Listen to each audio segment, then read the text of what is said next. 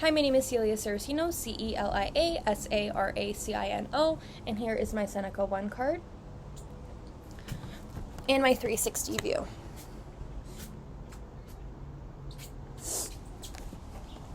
Patient was admitted with a pulse rate of 105, a blood pressure of 160/100, a respiration rate of 20, and a temperature of 37. In addition to these findings, I would also get a blood sugar on the patient, as they do have a history of diabetes, as well as a oxygen saturation on the patient as well. Okay, let's start with the interview. Okay, any shortness of breath? I don't think so. Any chest pain? I have an ache in my upper chest. Abdominal pain? No. Any cardiac or GI history? I take a pill because of my cholesterol and for my blood pressure. Okay. How's your appetite? It's good. Any nausea and vomiting? A little bit, and I threw up this morning. Okay. How's your bowel routine? Normal. Okay. Caffeine intake? 1 coffee each day. And any alcohol use? A glass of wine with dinner. Okay. Are you on any medications? But yes, a bunch. Any allergies? No. Okay. Let's start with the pain. Let's continue with the pain assessment, okay? Onset. At 8 o'clock this morning. Okay. Any provoking pain? It happened after breakfast. Okay. Palliative pain? I don't know. Quality?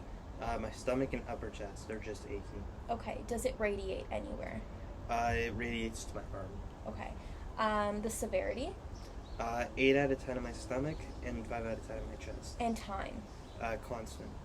Have you done anything to treat this pain? I tried aspirin, but that didn't work, so I just tried to lie down and rest.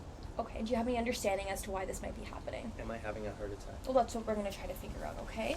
So now I'm just going to do a visual assessment of the patient. No JVD noted, no cyanosis noted. The patient is not pale. I don't see any obvious palpations in any of the areas. I do not see any edema in the patient's legs, arms, trunk, anywhere like that. And looking at the abdomen, it is flat, equal on both sides. I do not see any bruising, any lesions, any rashes. I just see previous surgical scars from the hysterectomy as well as the gallbladder removal.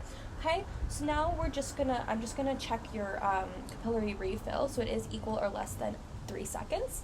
Now I'm just gonna palpate all of the other pulse areas. So we're gonna start with the carotid. Okay, we're gonna do this for 30 seconds.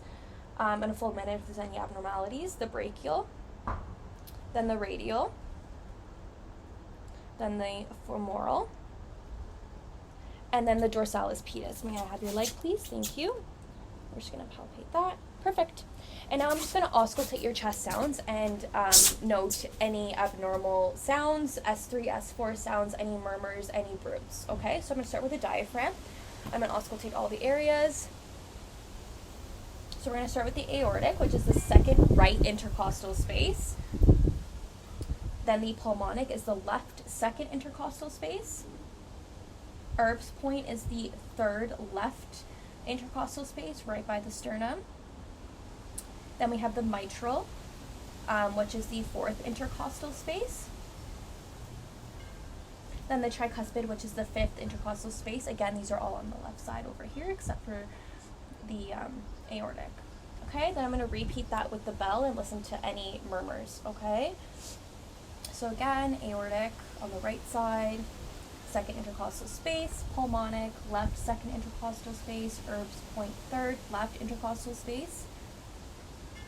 Then we're going to listen to the pulmonic, which is the fourth left intercostal space, mitral, and then the tricuspid valve, which is the fifth intercostal space. Now we're going to listen to the apical pulse for a full minute. This is the fifth intercostal space, which is the apex of the heart. Perfect. Now I'm just going to have a listen to your abdomen, okay? We're going to start with the right lower quadrant over the appendix for 30 seconds. If there's absent or diminished sounds, I will listen for a full minute. Then the right upper quadrant, which is over the liver. The left upper quadrant, which is over the stomach. And the left lower quadrant, which is over the descending colon.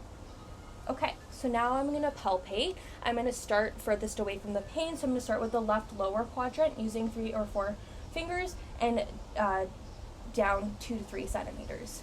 So left lower quadrant, right lower quadrant, right upper quadrant, left upper quadrant. So patient was a 63-year-old female admitted with nausea, vomiting, pain radiating to her shoulder. Upon interview with the patient, she did complain of 5 out of 10 chest pain, 8 out of 10 abdominal pain, denies any edema, no shortness of breath at rest. Upon my assessment, the patient is hypertensive, is slightly tachycardic.